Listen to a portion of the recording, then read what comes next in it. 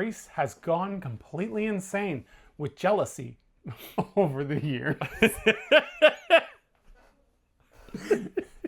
I swear I deteriorate.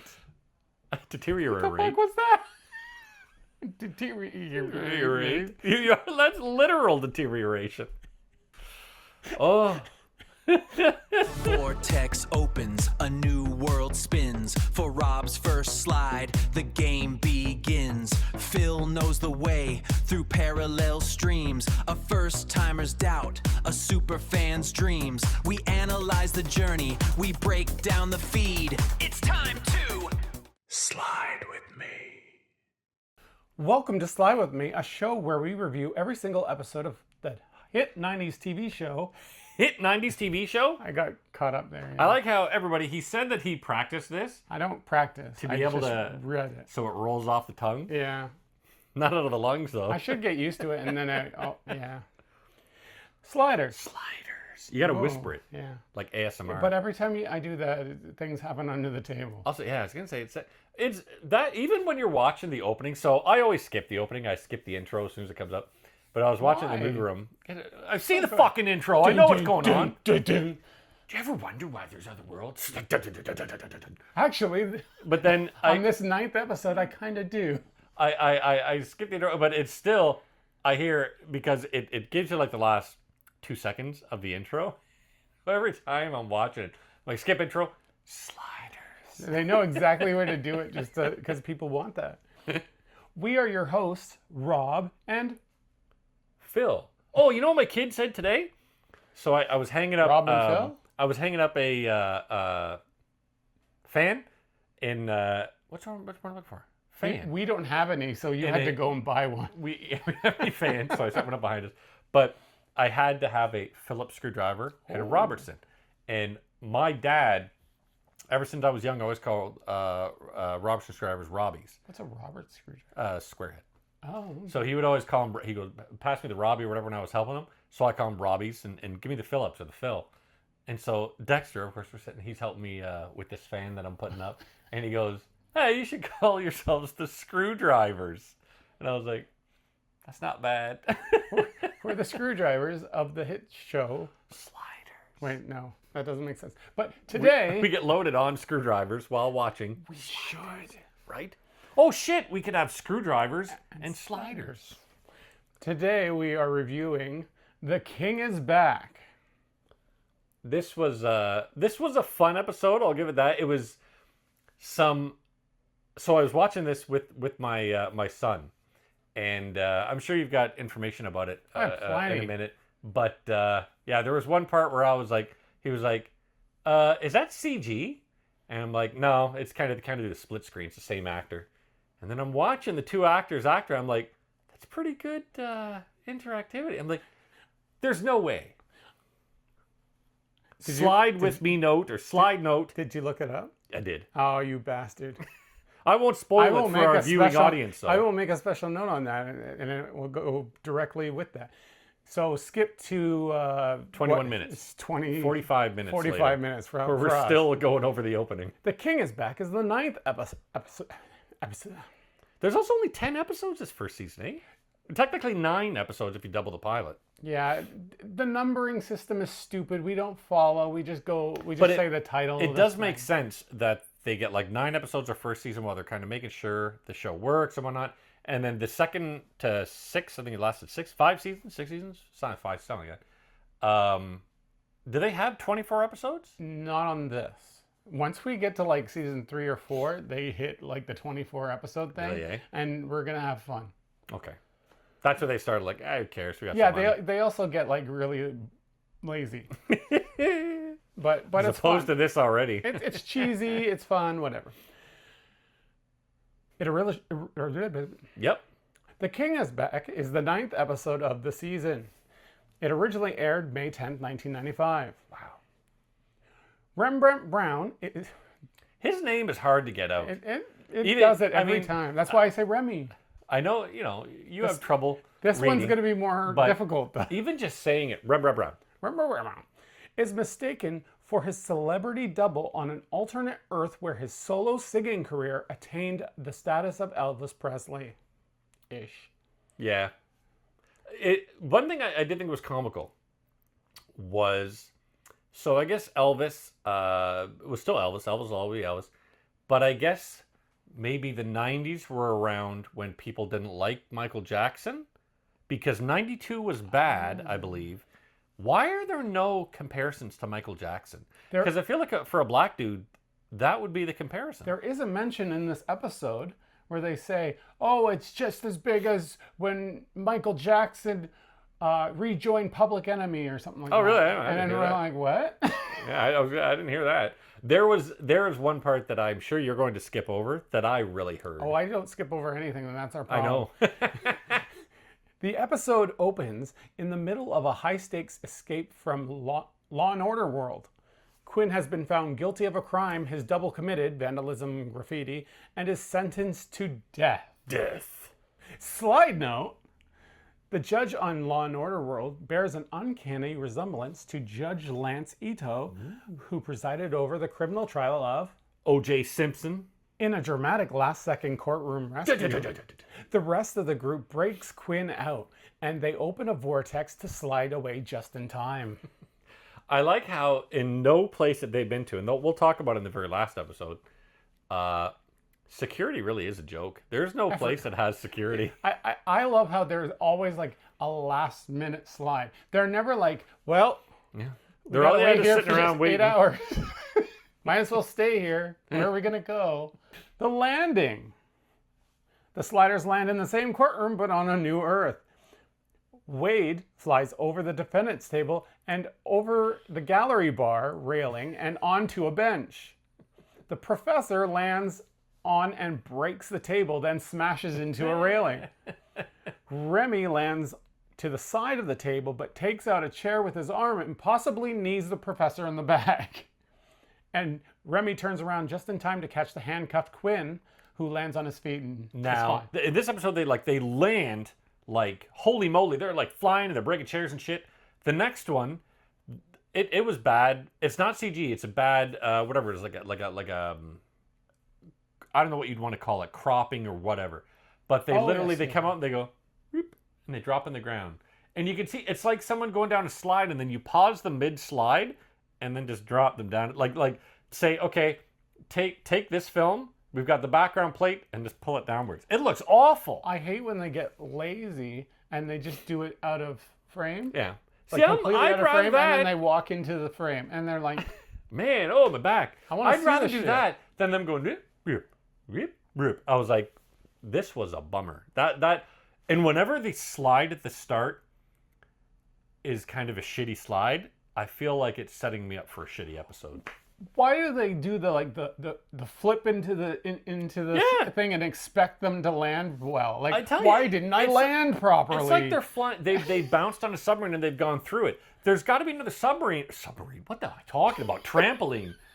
I don't know why the Don't fuck jump I on said submarines. They're bad. But it's like they're being shot out of a trampoline up to jump a trampoline, and they're like, of course you're gonna land poorly. technically, if you watch this scene in There's a this submarine? one, no, there's a submarine. There's a trampoline in the corner Is there? where they jump off of and into the courtroom. Oh, I style. didn't know that. Yeah, Phil's got that right. it's right. Yeah, it's in the corner of the scene.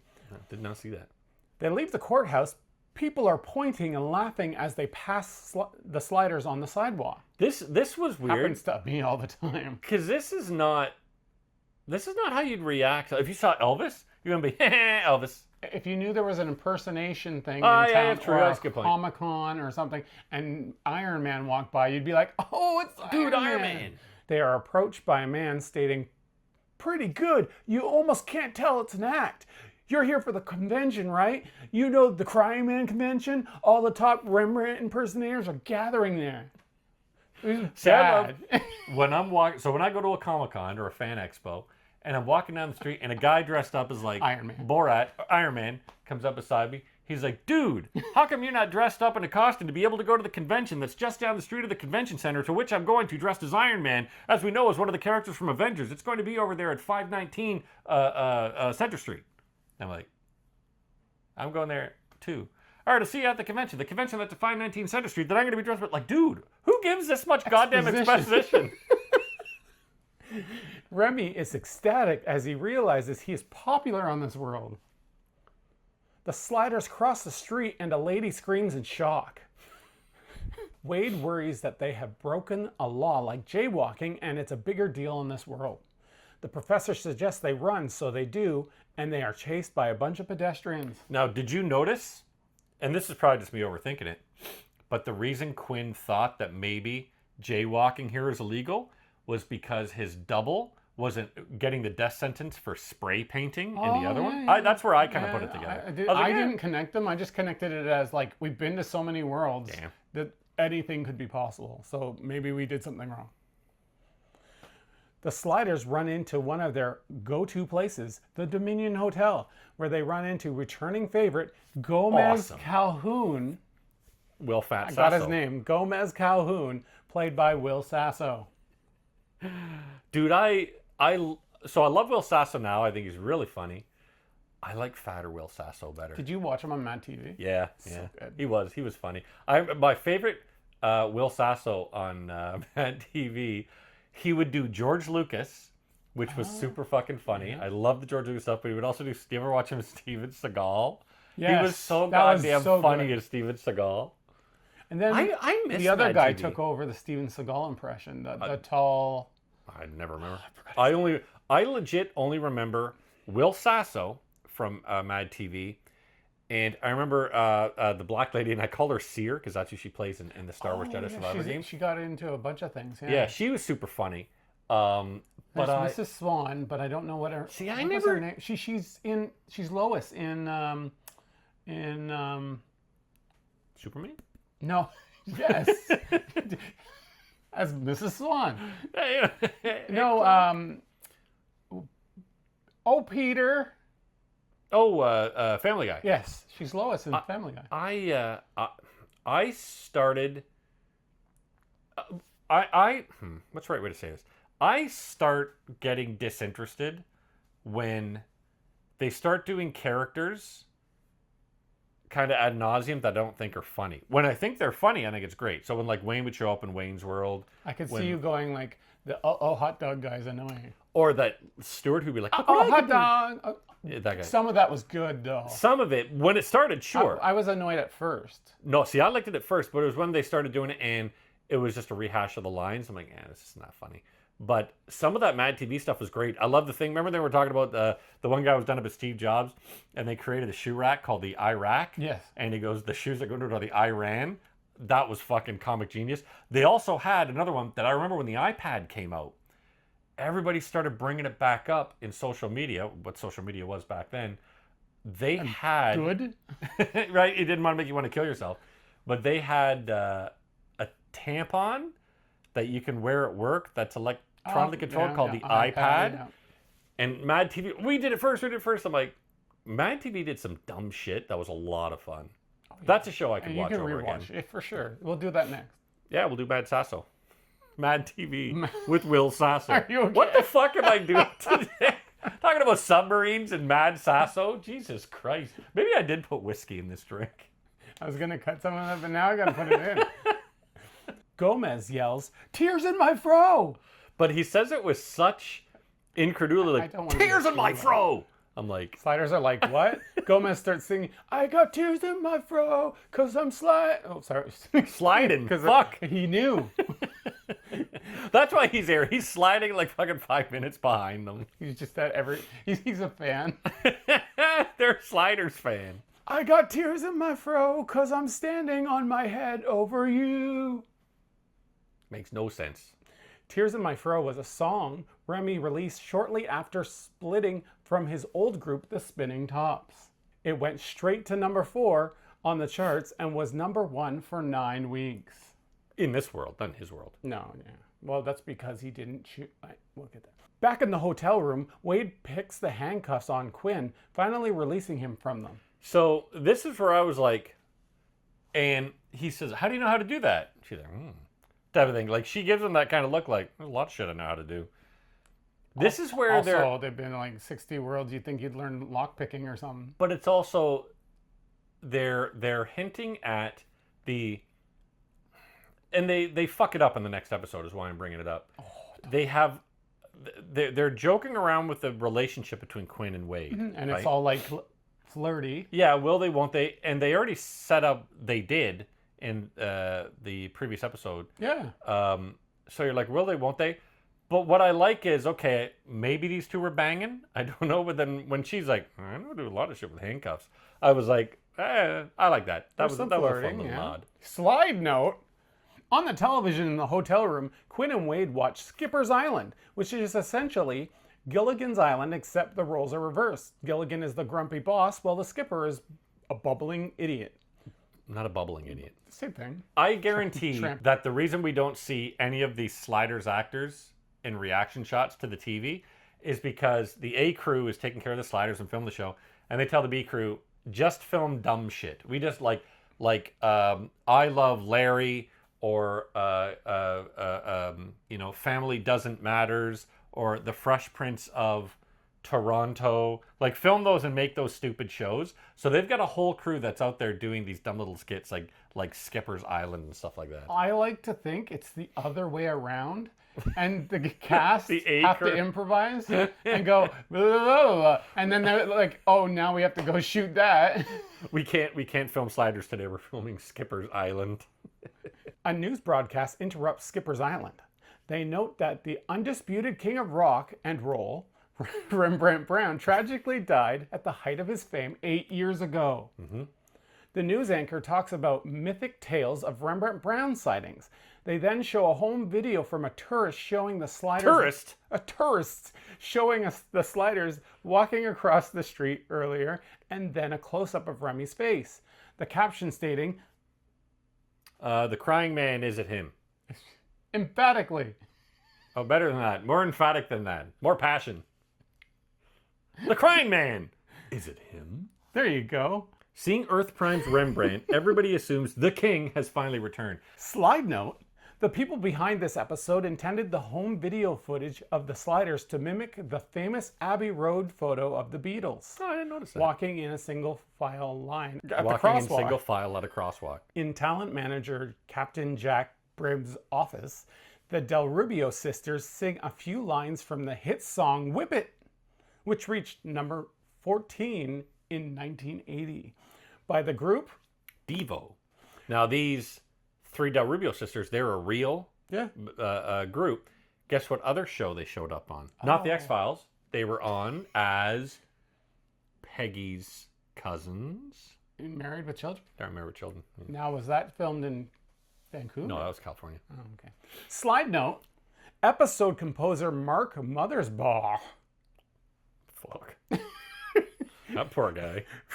fronted that band with his brother Bob in the late 70s. Oh, that's pretty cool. Captain Jack is informed by a news anchor that Rembrandt is back.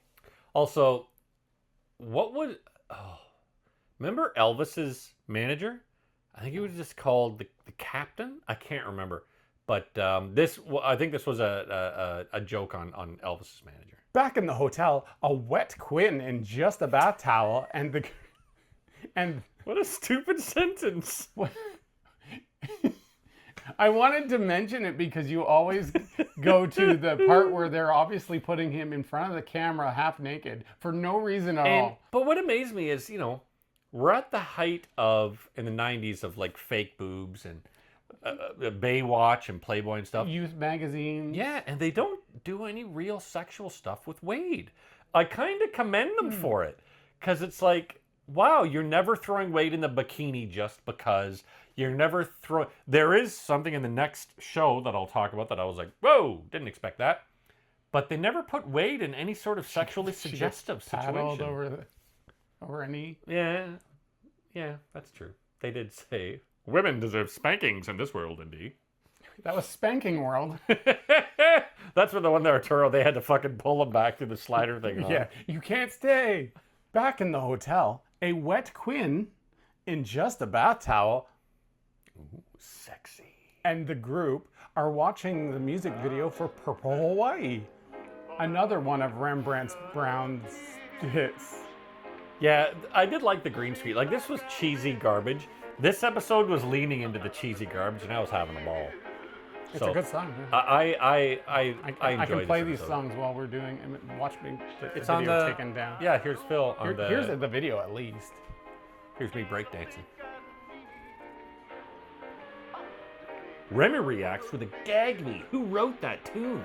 They changed the channel to a program discussing the special home video Why sighting. did Remy say gag me? Who wrote that song? Because so it's one of those assumption type moments where you kind of have to like Do you figure it you out. need to pretend that you know it? You need to do their work for them. My qualified assumption is that, like in many industries, once you get popular, you have to write more songs to put out there and make more money. Okay. So I assume he never got to that point. Right. So This is something that crappy, was corny written for song her. has to be written for him, and probably written by the dude later on in the episode. Yeah, what's his name again? Oh well, you'll say what it is. Because a lot of the writing in this is actually quite smart, where you have to go back and go, were the sliders wrong? Were they actually the bad guy? Oh yeah, I'm saving that for the next episode. The program alleges that Quinn could be Jim Morrison from The Doors, who also supposedly died years ago. The girl in the video is a mystery, as you said. They so quickly pass this over. They're like, it could be Jim Morrison who possibly died several years ago, but maybe he's back. Then there's some broad. Also, this guy might be Pavarotti, and they so quickly fucking dismiss her. I'm like, oh my god. It's so obvious. Yeah, There's got to be like one writer in the group that is just like so anti-Wade. Yep. He didn't get his choice as He's the gotta be actor. See, here's where I think it was, and this will be a whole other Instagram thing. I feel like the girl that plays Wade went on a casting call, and they were like, we really like Wade. We want to go with her. These are the 4 main characters. Or they were like, this is what we planned for, but And here's actually your this girl's really good. Yeah, and here's kind of your character. And she's like, awesome, we can grow this she and who knows who she might, there might be like like the X-Files, a kind of will they, won't they thing. She read the two really well with characters, Jerry really well, O'Connell. right? Yeah. And then there was one guy, maybe a producer on the show or one of the head writers, that was like, I'm going to ask her out on a date. He asked her out on a date. They go out on a date, and he proves to be maybe a little weird or just not her type. Maybe she's weird, maybe he's weird. Doesn't matter. Not her type at all. She's like, you know what? I just don't see you in that way. So let's keep this professional, and I'll work on the show, and you'll work on the show, and it'll be great. And that was the start of that guy's kind of villain arc, where he was like, I want Wade to suffer in every episode. I hate Wade. Hey, guys in the writing room, you know who's the worst? Wade. You know who we got to make sure never gets any attention? Butt of the Wade. joke. The butt of every fucking joke. Yeah. Make sure when she lands on her face, and her beautiful face, she just smashes it. Not important. I get the vibe that there was at least one person who she had hates crossed. He had crossed her somehow, and he really, really fucking hates Wade. I don't think it's that extreme. I think it's more so like that, how it was back in the 90s. And where some like guys women are just like, it's all men in the writing room. So there's no one there to go, and one guy, guys, actually, maybe she should say this. Like, yeah, it just felt like this episode where they were like, she doesn't look like any woman. Like, dude, there's been fucking ton. When you look at Wade, and especially the hair she has, she's fucking identical to Pat Benatar, or Joan Jett. Not Pat Benatar, yeah, Joan Jett. So why not? Oh my God, it could be Joan Jett. Like, that's all you gotta fucking do is drop a fucking name. Or was it a room of guys that had no idea of any women performers? Women can't be celebrities. Yeah, right. Women can't sing. Shut up. Stay at home and make babies. They speak to Captain Jack in an interview. He states that the crying man died when his boat went down in a storm while sponge fishing in the Gulf. His body was never found. That's really dumb. I know, they did that on purpose. And I'm watching, I'm like, I'm loving this. Sponge This is fishing. stupid. Remy states that when he split from the Tops, Jack begged him to take him on as his client. Remy wonders if he made a mistake turning him down. Fans trying to get in are swarming the hotel's windows and doors. Remy decides to give the mob what they want and heads outside, only to become trapped outside by the fans. Remy sneaks in on his hands and knees as the professor gets pulled out trying to save Remy. Perfect. Having just torn the professor's clothes off, leaving him in just an undershirt and boxers, the crowd surf him outside past the hotel. Quinn opens the hotel door and helps him in. Quinn just wanted him in his underpants. Don't we all? because it was a good sight. The Look at professor my balls, indeed. angrily demands Will Sasso to get them a police escort. Will Sasso refers to him as Mr. Pavarotti, which sends the professor on one of fans of the show's favorite quotes. All right, I'll you do the Will Sasso, and I'll do... Mr. Pavarotti? I am not Mr. Pavarotti. Mr. Pavarotti is an Italian. He speak like this. Do I speak like this? No. Why? Because I'm an Englishman, you blithering idiot. Slide note, Quinn can be seen corpsing in the background of the scene. Oh, shit. Corpsing is when you're going die. through a scene and you die of laughter. Like you get out of character and you laugh. Seeing a golden opportunity to make a fortune, Captain Jack coaxes Rembrandt into performing a massive, high-paying comeback concert, $1 million per song. Slider bucks. Slider bucks. Which, okay, can I just mention money in sliders? They're always like, oh, we could get the money and then we won't have to worry about blah, blah, blah. But then what happened in the first episode movie? Money is wrong, or they have a different money, or this money isn't real. Just gets them in trouble. So they should have a rule where it's like, don't bring money to the next place, or at least check it. Yep. Like, don't expect that you're going to win $1 million and then go to the next world and be able to use it. Especially Like in the lottery. white card privilege. I'm not going to get into that. White card privilege. Yeah, we'll get to that. Quinn interjects stating, we slide tomorrow night at 9:03 p.m. That will be right near the end of the show. Too close. Remy puts his foot down and agrees to play along and prepare for the concert. To which Quinn just goes, okay. Sure. I'm like, what the fuck did you put up an argument for then? Also, do you remember? It's like when your wife goes, no, we have to do this. And you're like, oh, okay. With help from Captain Jack, the sliders leave the hotel from another exit. Heading out, Remy is distracted by seeing a 1973 Buick Centurion convertible. Convertible. It's like a machine that's trying to talk for the first It's like time. Taper teeth. People are going to say you're AI. Start putting your fingers in I front of might your as well face. be. It'd be better. Just have it read it AI, in a AI. natural sounding voice.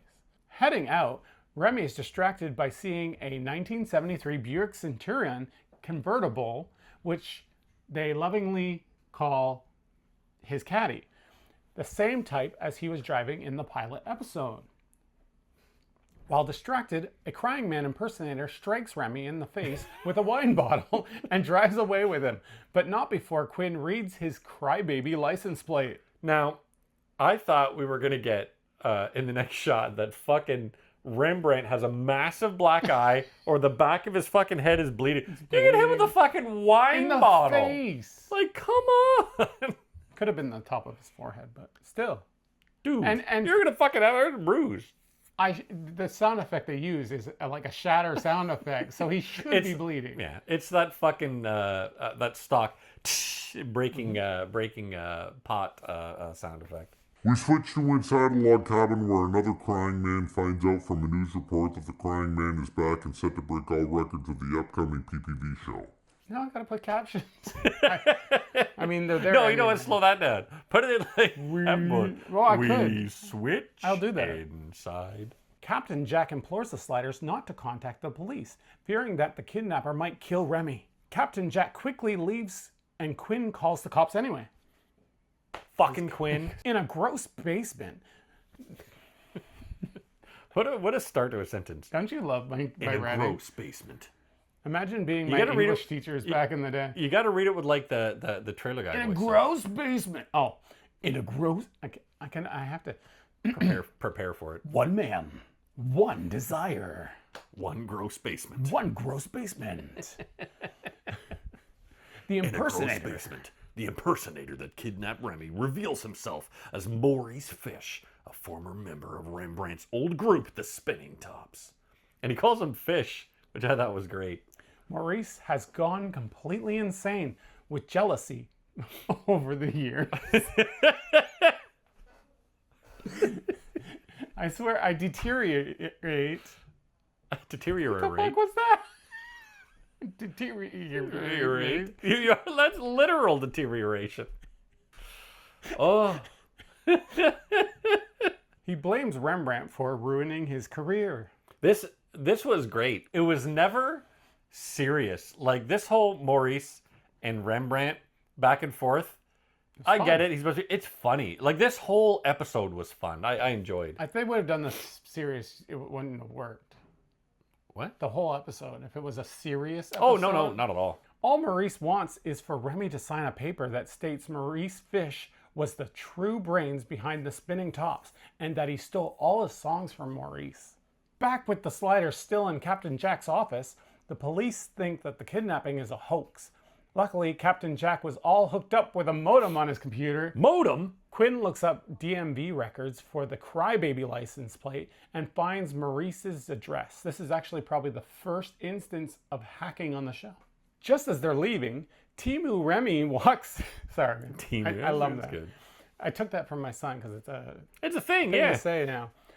Just as they're leaving, Timu Remy walks in the office. The Sliders think it's Remy, but he tries to blow them off before he recognizes them from the sighting video. On the news. With Pavarotti and Jim Morrison.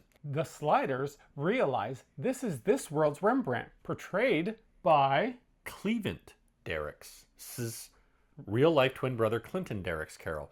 So this scene came out, I was watching it with my youngest son, and he's like, how do they do that? And I'm like, well, they'll have like the same actor and they'll put them on two different plates. But then they I start... bet you were just like, but if you watch, their eyes won't line up. Yep, you'll see it. And then they were walking by each other, walking around, and he's touching his hair and he's touching him and everything. And I'm like, how the hell did they do this? And then Ellie goes, maybe it's like makeup on the other guy. And I'm like, I don't think so. And then, I whipped up my phone and looked it up and discovered, fuck, he has a twin brother. How have they only taken advantage of this fucking now? They waited. I They guess. knew. And I hope, and I feel like it's going to go this way, but I hope that his brother was like, okay, once in a blue moon I'll do this, dude, but I don't want to do this.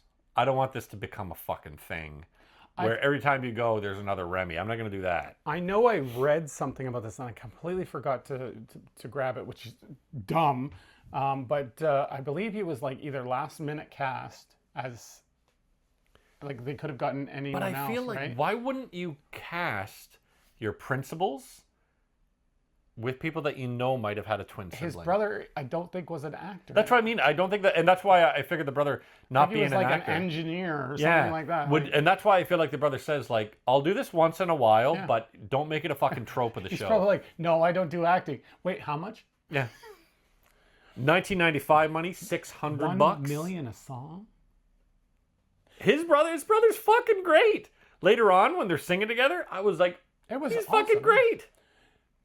Although I did see the problem with his acting where he would act a certain way in one part and like later on, especially when he comes in like a trench coat and all that, where he's like trying not to be seen, but he's got like some different like way he's talking, and I'm like, okay, so he's definitely not an actor. I think what he did great, and he was, because the scene called for was perfect, was when he's like, I don't know these fucking people.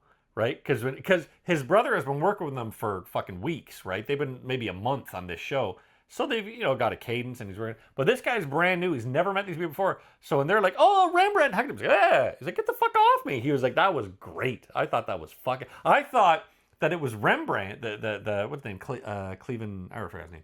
The guy playing Rembrandt. I was like, this guy's pretty good. Like, he's coming across like, fuck you people, don't touch me. And then I realized it's an entirely different person. Yeah, there's definitely some times where you think that he's actually playing Both scenes. both yeah. scenes. The alternate Rembrandt explains he isn't dead.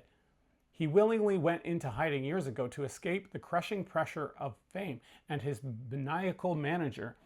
Wade reveals they are Sliders from an alternate dimension and that the other Remy is really Rembrandt These guys... as well. These guys tell anyone that they are Sliders. Ah, yes. And it's usually Wade. They usually throw it under the it's bus. Wade or Quinn.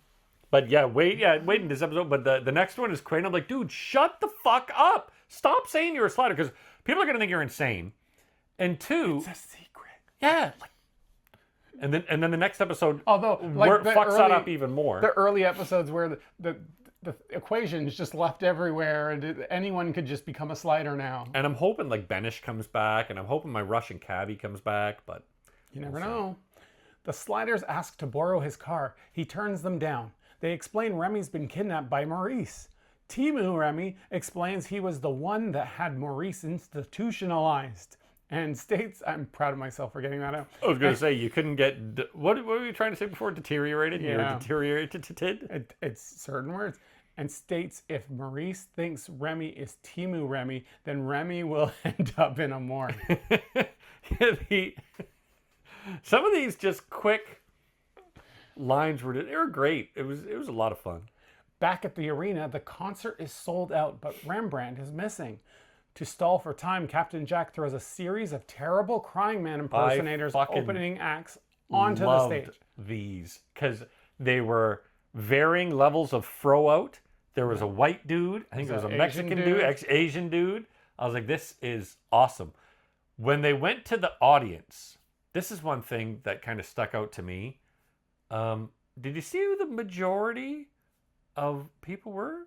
Were they all white? A whole lot of white women. Yeah.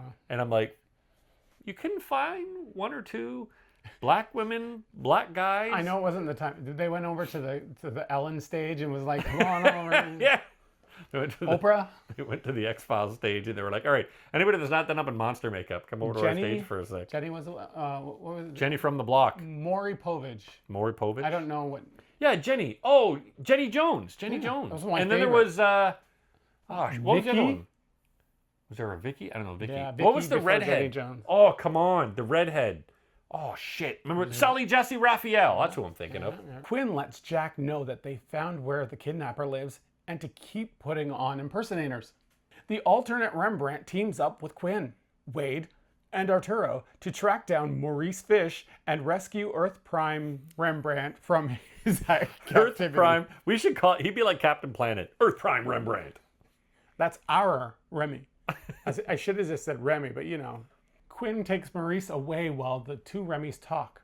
This is where the show tries to trick the audience into thinking that they are doing an astonishing job with split screen effect, when in actuality, it's twins playing the same role. And this is where he's touching his hair and stuff and his skin. They go back Whoa. and do the turnaround that you see. Timu Remy states that he was done with all of it, but Remy is hungry for it. It's perfect. Remy can take Timu Remy's place, and Timu Remy can kick back at home. They agree. Yep. And he's like, I'm staying, motherfuckers. Remy is rescued just in time and rushes onto the stage to perform. However, after finding out Remy is getting 1 million per song, Timu Remy changes his mind about wanting a quiet life. He crashes the stage. And there was the two of them. The two Remys engage in a wild competitive onstage showdown, singing a passionate duet of the hit song Tears in My Fro. From standing on my head for you.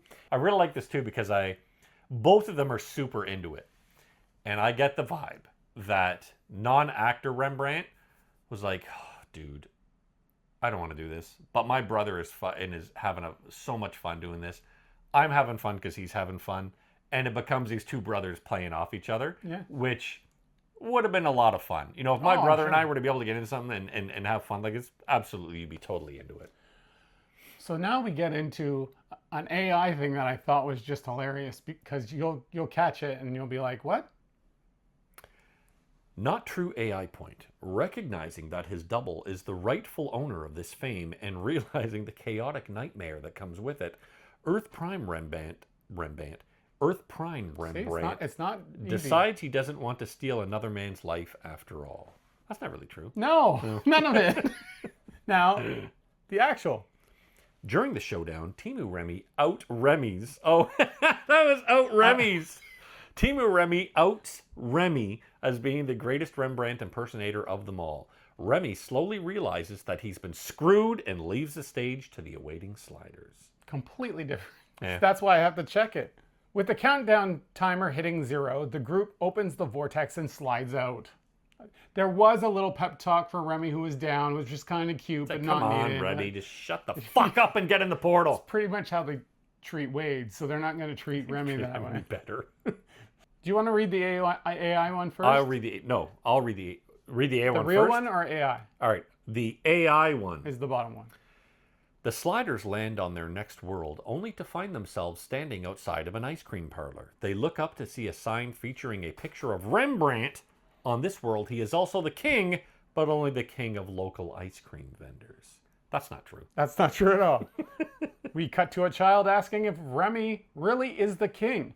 Remy hands him an ice cream bar, stating he really isn't the king.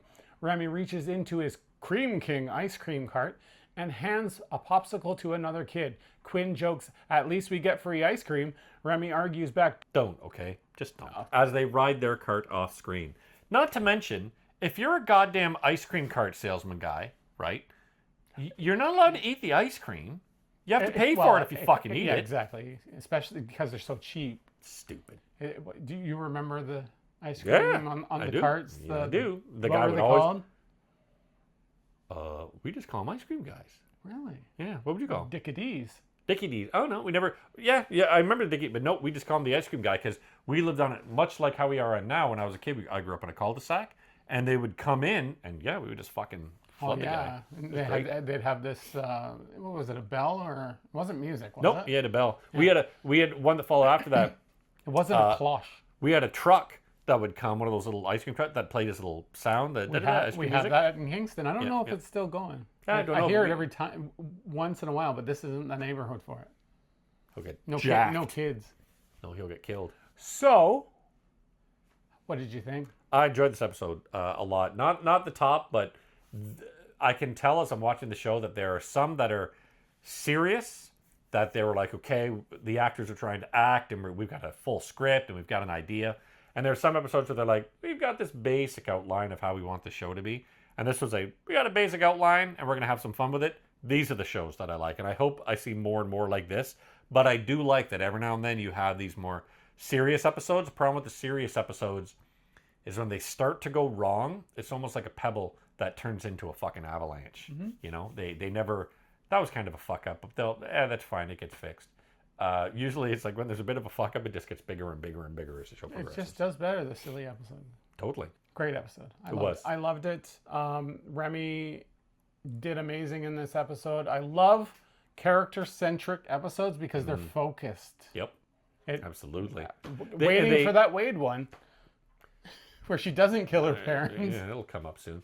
But yeah, they're also, I find the ones that are character-centric are the funnier ones, are the ones where it's more kind of quick and dirty with how they want to put It's something the together. writer on the right, on the side. Yep. It's just like The writers Remy. The writers are Remy-centric. busy building this mythology, and then they give the actors, hey, let's go have some fun with these episodes.